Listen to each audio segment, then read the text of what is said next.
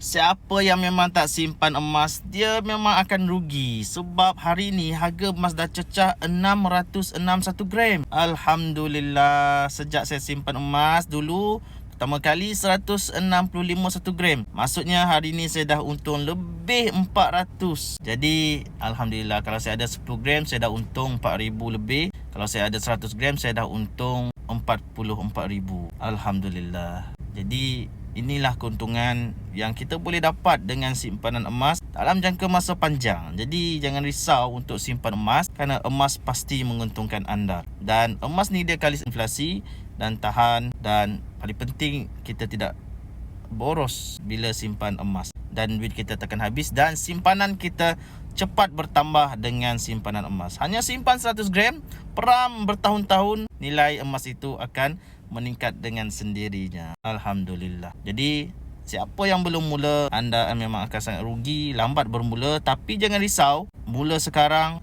InsyaAllah 10 tahun akan datang anda pun akan dapat keuntungan yang sama. Harga emas confirm akan naik dalam jangka masa panjang.